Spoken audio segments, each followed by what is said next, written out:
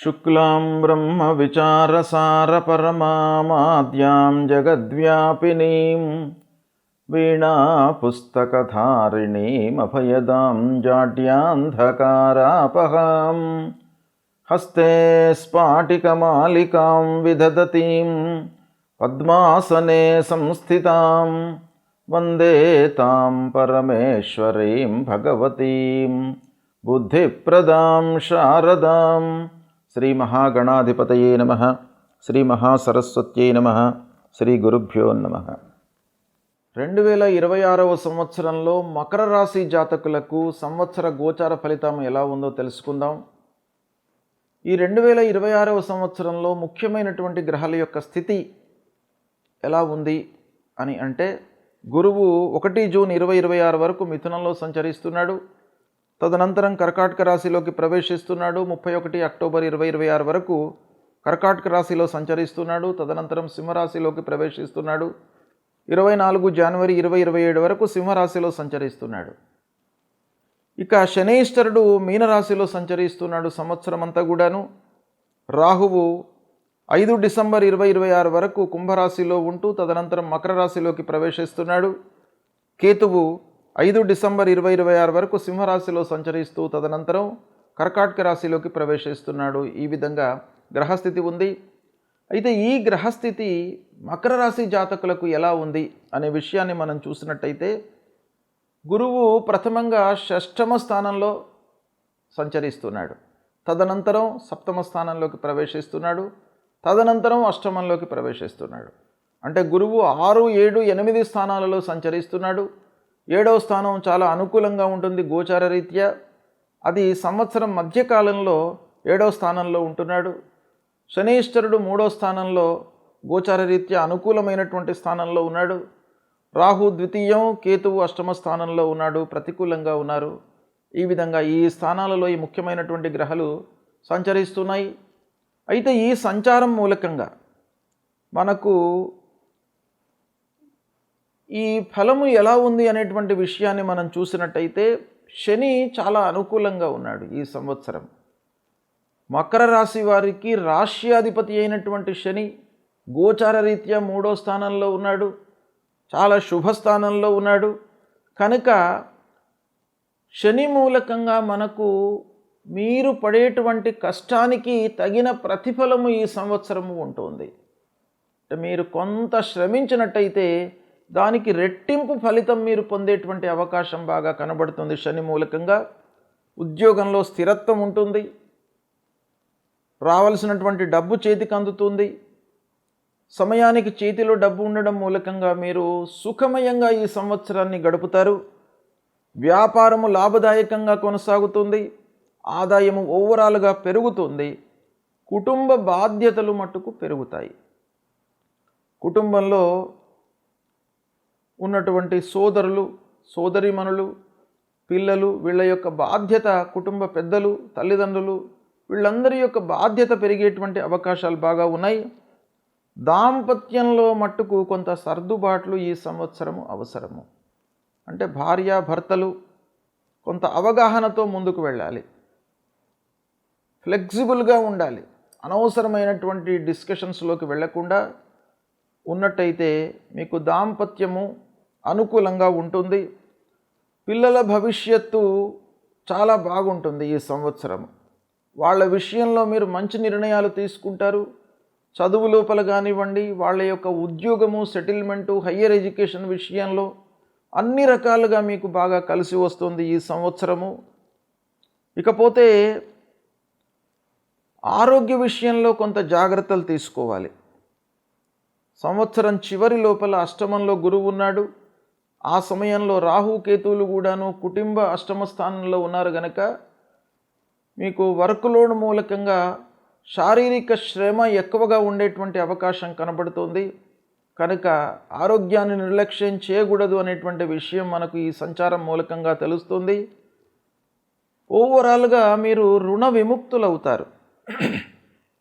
పూర్వము తీసుకున్నటువంటి అప్పులను రీపే చేస్తారు. ఆస్తులను ఈ సంవత్సరం కొనుగోలు చేసేటువంటి అవకాశాలు ఉన్నాయి. స్థిరాస్తులు, చరాస్తులు, భూములు, వాహనాలు, నగలు ఇలాంటివి కొనుగోలు చేసేటువంటి అవకాశం బాగా కనబడుతుంది. ప్రయాణము లాభిస్తుంది. ఓవరాల్గా శత్రువులపై విజయము, కోర్టు వ్యవహారాలు అనుకూలంగా ఉంటాయి. గురు కటాక్షంతో సంవత్సరం మధ్య లోపల ధైర్యంతో నిర్ణయాలు తీసుకుంటారు. కొత్త అవకాశాలు వస్తాయి. పెట్టుబడులు ఫలిస్తాయి. అంటే పూర్వం పెట్టినటువంటి పెట్టుబడుల మూలకంగా మీకు లాభాలు ఈ సంవత్సరం మీరు అందుకుంటారు. మానసికంగా స్థైర్యంగా ఉంటారు. ఉద్యోగస్తులకు కొంత మార్పు కనబడుతుంది. ఉద్యోగంలో, సమాజంలో గౌరవ మర్యాదలు లభిస్తాయి. కుటుంబ పెద్దల యొక్క ఆశీస్సులు ఈ సంవత్సరము ఉంది. ధార్మిక చింతన మీకు పెరుగుతుంది. గురువులను సందర్శించుకుంటారు. దైవ భక్తితో ఈ సంవత్సరం గడుస్తుంది. సంవత్సరం చివరి లోపల మీకు బాగా కలిసి వచ్చే అవకాశము ఉంది. కాకపోతే ఈ రాహువు, కేతువు, అష్టమ గురువు మూలకంగా మీ లోపల ఈ సంవత్సరము ప్రణాళికాయుతంగా పనులు చేయాలి అనేటువంటి ఒక ఇండికేషన్ కనబడుతుంది. అంటే మీరు ప్రిపేర్ అయి పనులు చేయాలి. ప్రణాళికాయుతంగా అంటే ప్రోగ్రాం వేసుకోవాలి. ఏ పని చేయాలన్నా కూడాను ముందు వెనుక ఆలోచించి మీరు చేసినట్టయితే సత్ఫలితాలను పొందే అవకాశం కనబడుతుంది. ఓవరాల్గా మనకు ఈ మకర రాశి వారికి శని భగవానుడి యొక్క అనుకూలత ఉంది. గురువు మధ్యలో అనుకూలంగా ఉన్నాడు కాబట్టి ఒక 60%, 65% వరకు శుభ ఫలితాలు గోచరిస్తున్నాయి.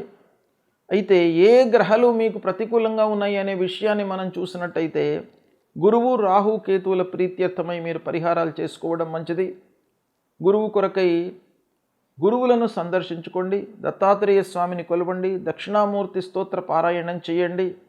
రాహుకేతువుల విషయమై మీరు అమ్మవారి దేవాలయానికి వెళ్ళండి.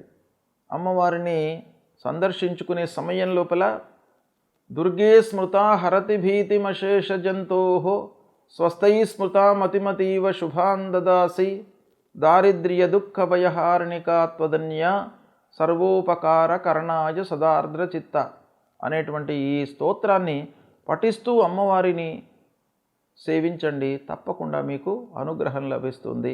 ఈ 2026వ సంవత్సరంలో ముఖ్యంగా గురువు 3 రాశులలో సంచరిస్తున్నాడు. అంటే వ్యక్తిగతంగా మనం ఆలోచించినట్టయితే రాశిత్రయ సంచారము కొంత అనుకూలతను ఇస్తుంది. అయినప్పటికీ రాశిత్రయ సంచారం మూలకంగా కొన్ని ఇబ్బందులు కూడాను ఒక పక్కన ఉంటాయి. కనుక గురు భగవానుణ్ణి మీరు పూజించడము మంచిది.